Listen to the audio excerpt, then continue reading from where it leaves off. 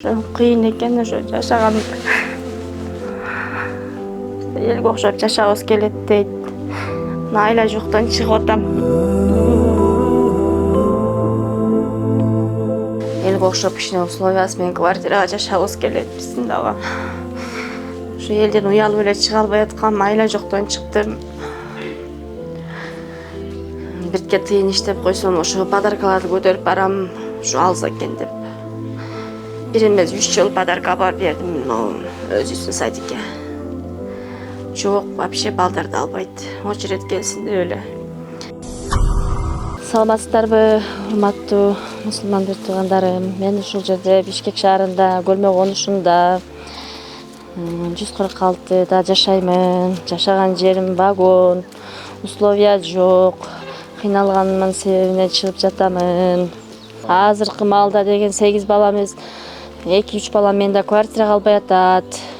Сынбы эле колумда 6 балам бар. 6 балам менен квартирага эч жерде албайт. Ошо кыйналып ошондуктан бул жакка көчүп келдим. Ушул жерде жашаймын. Кайрымдуулук фондко чыкканын себеби мен ушу кыйналганымдан, ошо квартирада албай калганымдын себеби жашаганым ошо вагондо 2,5 жыл болду. Эч жерден эч кандай жардам албайм. Көп жерге барып кайрылдым, бир жерден жардам жок. Ошо бутум сынганына 3 жыл болду, темирин алдыра албай до сих пор темир менен жүрөм. Ошо бир аз карыздарым бар. Ошо балдар менен кыйналып, үйдө элемин, жумушка иштей албайм, оор жумуш кыла албайм. Квартирага болсо албайт, эч жерде 6 балаң бар экен деп. Квартирада да жашап көргөм. Балдарым көп экен, ызы чулуу экен деп чыгарганан ушу квартираны таап, акырын вагонго келип жашаганыма 2,5 жыл болду. Ушу балдарымды окутушум керек, кийинтишим керек. Ошо аябай кыйналганымдын себеби ошо болгону эле ошо бутумдун темирин алдырып, бир аз карыздарымды кутулуп алсам, буюрса балдарымды да садикке албайт, очередке тургам же очередим келбейт. Ушу биз да элге окшоп жашагыбыз келет деп балдарым ыйлайт. Кыйын экен ошо жашаган. Элге окшоп жашагыбыз келет дейт. Айла жоктон чыгып атам.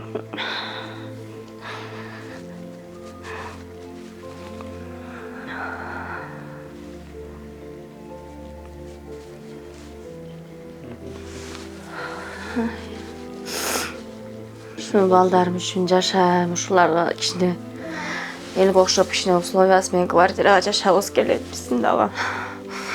Ошо элден уялып эле чыга албай аткам, айла жоктон чыктым. Тууган урум көрсөм эмне болот дейм, классташтарым көрсөм эмне болот дейм. Ошо айла жоктон чыгып, бир туугандарыман сурандым, чыга берейин деп. Өзүң жашооң өзүңдө кызым, чыксаң чыга бер дешти. Эч жерден жардам ала албасам же жолдошум жардам бербесе, жардам бермектүгүр балдарымдын акыбалын сураганым жарабайт. Айла жоктон ошо чыгып атам, же балдарым садикке албайт, очередке турганым 2 жылдан ашты, же очеред келбейт. Бирке тыйын иштеп койсом, ошо подаркаларды көтөрүп барам, ушу алса экен деп. Бир эмес 3 жыл подарка барып бердим, но өзүбүздүн садикке. Жок, вообще балдарды албайт. Очередь келсин деп эле. Же ошо жанагы льгота дейт, же льгота бербейт. Акиматтарга чейин кайрылдым.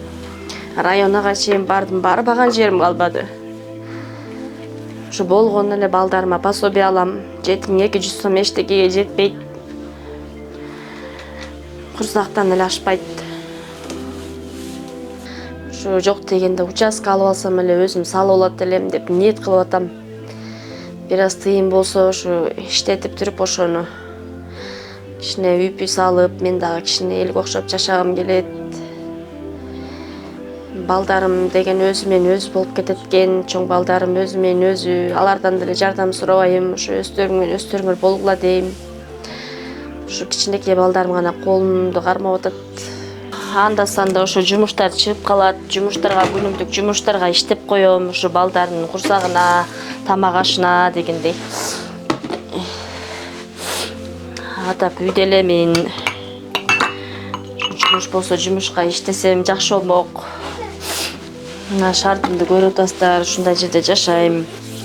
Быйыл деле ошо bir жерден жардам келди. Ошо көмүр алдым, bir 12 мешок. Ошо көмүрдү экономдоп жагып, Аллага шүгүр ошону бергенине дагы